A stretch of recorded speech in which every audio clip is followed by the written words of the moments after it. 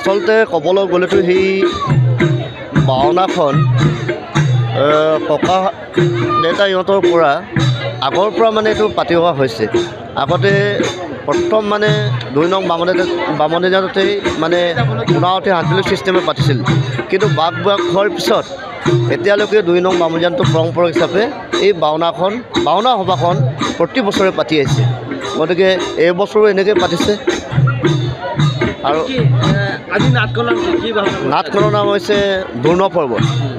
কেনেকুৱা ভাওনাখন নিশ্চয় ভাল হ'ব লাগে।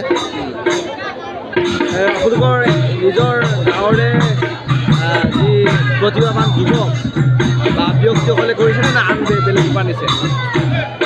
এইটো আচলতে নিজৰ গাঁওখনত বেছি আছে, কিন্তু উৰণি গাঁও, আমলখি গাঁও আৰু বাঘমৰা গাঁও গোটেই মিলি পেলাই মানে এই ভাওনাখন পতা হৈছে।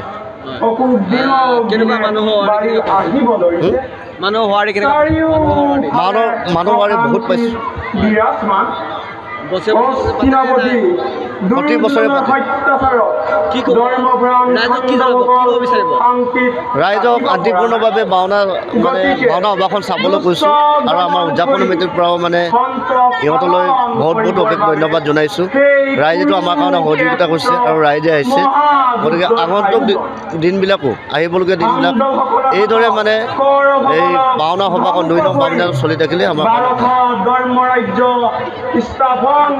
যিকোনো খবৰৰ বাবে যোগাযোগ কৰক 7099017330 লগতে 7099017110 নম্বৰত।